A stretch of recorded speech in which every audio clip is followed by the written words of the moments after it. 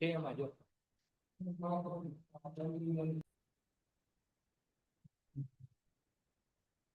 Good morning to all. આપણે આજના લેક્ચરમાં જે વાહકતાનું માપન છે એની બે પદ્ધતિ જે છે, નલ પદ્ધતિ અને ડાયરેક્ટ રીડિંગ મેથડ છે, એ આપણે સિલેબસ મુજબ સ્ટડી કરવાની રહેશે. તો મોસ્ટ આઈએમપી છે, જીટીઓની પરીક્ષામાં ઘણી વખત પૂછાણું છે કે સમજાવો નલ મેથડ. તો સૌથી પહેલા તો જે છે આપણે આકૃતિ જોઈ લઈએ. બરાબર, વેસ્ટર્ન બ્રિજ ટાઈપની આખી આકૃતિ છે.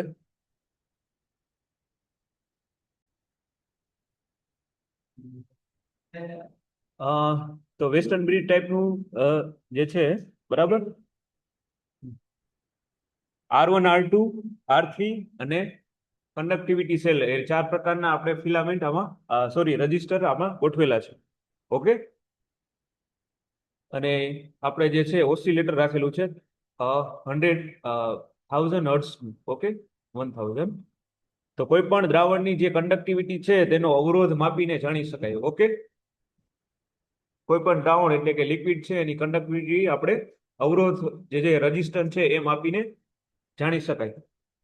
પછી આ જે કાર્ય છે આપણે વેસ્ટર્ન બ્રિજ ટાઈપનું જે છે, બરાબર, એમાં કન્ડક્ટિવિટી સેલ મૂકીને તેમાંથી મળતા અનબેલેન્સ વોલ્ટેજ માપીને કરી શકાય છે, જેની આકૃતિ આપણે નીચે દર્શાવેલી છે. ઓકે, તો ચાર નોડ આપેલા છે, A B C D, અને R1 R2 R3 અને RC કન્ડક્ટિવિટી સેલ, ચાર પ્રકારના રજિસ્ટર આમાં ગોઠવેલા છે, અને અહીંયા ઇન્ડિકેટર આપેલું છે. ઓકે, તો દ્રાવણનું જે પોલેરાઇઝેશનનું છે એ એટલા માટે થાય છે કે જેથી ડીસી ના બદલે આપણે 50 હર્ટ્ઝ અથવા તો 10,000 હર્ટ્ઝ આવૃત્તિ ઉપર જે છે એસી વોલ્ટેજ આપવામાં આવે છે.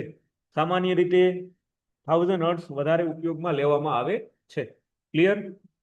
આપણે જે દ્રાવણનું જે પોલેરાઇઝેશન થાય, બરાબર, તો એના માટે ડીસી ના બદલે આપણે જે છે 50 હર્ટ્ઝ અથવા તો 10,000 હર્ટ્ઝ આવૃત્તિ ઉપર આપણે એસી વોલ્ટેજ જે છે એ આપવામાં આવે છે.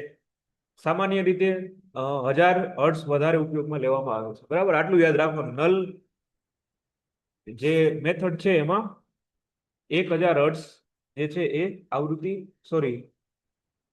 એસી વોલ્ટેજ આવૃત્તિ ઉપર આપવામાં આવે છે. હવે વેસ્ટર્ન બ્રિજ જે છે એ બેલેન્સ હોય ત્યારે એવું ધારવામાં આવે છે કે કન્ડક્ટિવિટી સેલ માત્ર અવરોધની જેમ વર્તે છે, અને બરાબર, જ્યારે વેસ્ટર્ન બ્રિજ બેલેન્સ હોય ત્યારે આપણે એવું એઝ્યુમ કરી લઈએ કે કન્ડક્ટિવિટી અહીંયા જે સેલ આપેલો છે, બરાબર, એ માત્ર રેઝિસ્ટન્સની જેમ જ વર્તે છે, અને બી અને ડી પોઈન્ટ વચ્ચે વોલ્ટેજ તફાવત આપણને 0 મળે છે. ક્લિયર? જે વેસ્ટર્ન બીચ છે બેલેન્સ હોય ત્યારે એવું આપણે માની લેવાનું, એઝ્યુમ કરી લેવાનું કે કન્ડક્ટિવિટી સેલ માત્ર આપણે જે રેઝિસ્ટન્સ અવરોધ છે એની જેમ જ વર્તે છે, અને બી અને ડી વચ્ચે જે છે વોલ્ટેજ તફાવત આપણને 0 મળે છે, એટલે કે તફાવત એમાં મળતો નથી. હવે બેલેન્સ કન્ડિશન વખતે જોઈએ તો આરસી એટલે કે રેઝિસ્ટિવિટી સેલ છે એ R1 એના ગુણાકારમાં R3 અને એના છેદમાં R2. તો આ સૂત્રની મદદથી આપણે બેલેન્સ કન્ડિશન વખતે જે રેઝિસ્ટિવિટી સેલ માપી શકીએ. બરાબર, R1 ના છેદમાં R2 અને એના ગુણાકારમાં R3. હવે સામાન્ય રીતે જે R1 અને R2 ના ગુણોત્તરની કિંમત છે આપણે 1 રાખવામાં આવે છે. બરાબર, જેના લીધે જે છે માપન ચોકસાઈથી મળી શકે. આપણે જે R1 R2 અહીંયા રાખેલા છે એની આપણે ગુણોત્તરની કિંમત છે, બરાબર, એ હંમેશા આપણે 1 રાખશું, જેથી કરીને જે મેજરમેન્ટ હોય એ એકદમ પરફેક્ટ આવી શકે. ક્લિયર? હવે કન્ડક્ટિવિટી સ્વેલમાં પ્લેટ જેવા બે ઇલેક્ટ્રોડ હોય છે, બરાબર, અહીંયા દર્શાવેલું છે, અને તેમની વચ્ચે દ્રાવણ હોય છે જે એક પ્રકારનું કેપેસિટર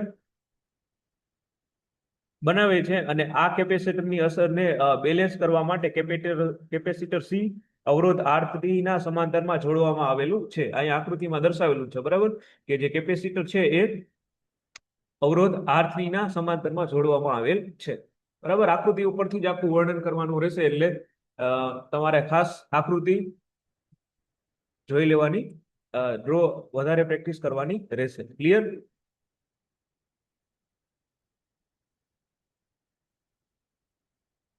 હવે જ્યારે દ્રાવણની વાહકતા બદલાશે, બરાબર, ત્યારે જે વેસ્ટર્ન બ્રિજ છે આખો અનબેલેન્સ થઈ જાય, અને અનબેલેન્સ થાય એટલે આપણને વોલ્ટેજ જનરેટ થશે.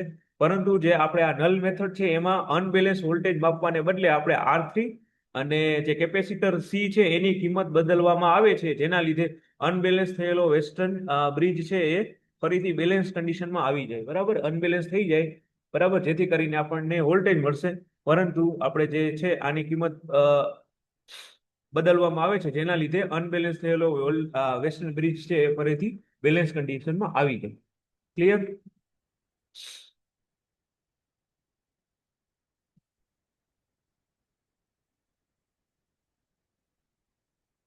હવે R3 અને જે કેપેસિટર સી છે એની કિંમત માં આપણે કેટલો ફેરફાર કરવાથી અનબેલેન્સ થયેલો બ્રિજ ફરીથી બેલેન્સ થઈ જાય, એ માહિતી ઉપરથી આપણે દ્રાવણની વાહકતા એટલે કે કંડક્ટિવિટી માપવામાં આવે છે. આપણે જ્યાં ઉપર આકૃતિમાં દર્શાવેલું છે R3 અને જે કેપેસિટર સી છે એની કિંમતમાં કેટલો ફેરફાર કરવાથી અનબેલેન્સ થયેલો જે બ્રિજ છે એ ફરીથી બેલેન્સ થઈ જાય, એ માહિતી ઉપરથી આપણે દ્રાવણની જે છે એ વાહકતા માપવામાં આવે છે. હવે આ પદ્ધતિની ચોકસાઈ આ બાબત ઉપર આધાર રાખે છે કે આપણે કેટલી ચોકસાઈથી બ્રિજને બેલેન્સ કન્ડિશનમાં રાખી શકીએ, બરાબર. તો આ પદ્ધતિથી આપણે જે છે કંડક્ટિવિટી જે છે એ માપી શકીએ. બરાબર, એકવાર ફરી વાર રિપીટ કરી લઈએ. નલ પદ્ધતિ કંડક્ટિવિટી માપવા માટે મોસ્ટ ટાઈમ બી આપણે જીટીયુની પરીક્ષામાં ઘણી વખત પૂછાયેલું છે, પૂછાઈ શકે, બરાબર. નલ મેથડ સમજાવો તો આપણે આવી રીતના આકૃતિ ડ્રો કરવાની, ABCD, પછી R1 R2 R3 capacitor, રજિસ્ટિવિટી cell, oscillator એક ગોઠવી દેવાનું 1000 હર્ટ્ઝનું, એના ઉપરથી આપણે આવૃત્તિ એસી વોલ્ટેજ એમાં આપવામાં આવે છે, બરાબર. કોઈ પણ દ્રાવણની આપણે કંડક્ટિવિટી આપણે એના અવરોધથી માપી શકાય, અને આ બ્રિજમાં જે છે કંડક્ટિવિટી સેલ આપણે અહીંયા મૂક્યો છે, એમાંથી મળતા અનબેલેન્સ વોલ્ટેજ માપીને પણ આપણે જે છે નીચેની આકૃતિમાં દર્શાવેલું છે. દ્રાવણનું જે પોલરાઇઝેશનનું માપ છે એ ડીસી ના બદલે આપણે 50 હર્ટ્ઝ અથવા તો 10,000 હર્ટ્ઝ આવૃત્તિ ઉપર એસી વોલ્ટેજ આપવામાં આવે છે, બટ ઇન જનરલ સામાન્ય રીતે 1000 હર્ટ્ઝ આપણે વધારે ઉપયોગમાં લેવામાં આવે છે.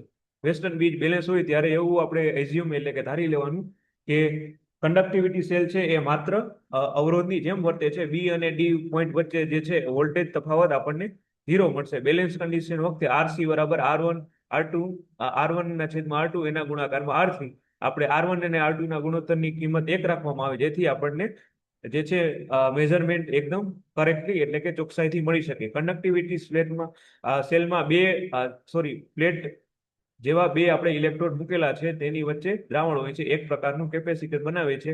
આ કેપેસિટરની અસરને બેલેન્સ કરવા માટે આપણે કેપેસિટર સી અને અવરોધ R3 છે એ સમાંતરમાં અહીંયા જોડવામાં આવેલા છે, જે આકૃતિમાં દર્શાવેલું છે.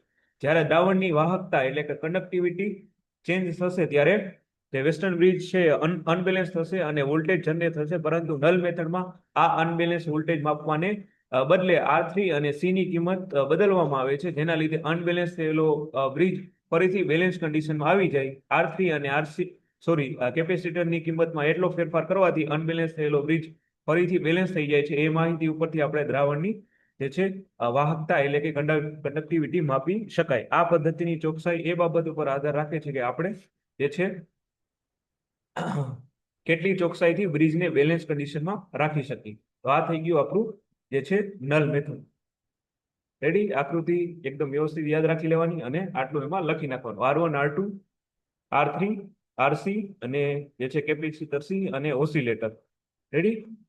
તો આજના લેક્ચરમાં આટલું રાખીએ. નેક્સ્ટ લેક્ચરમાં બીજી પદ્ધતિ સ્ટડી કરશું.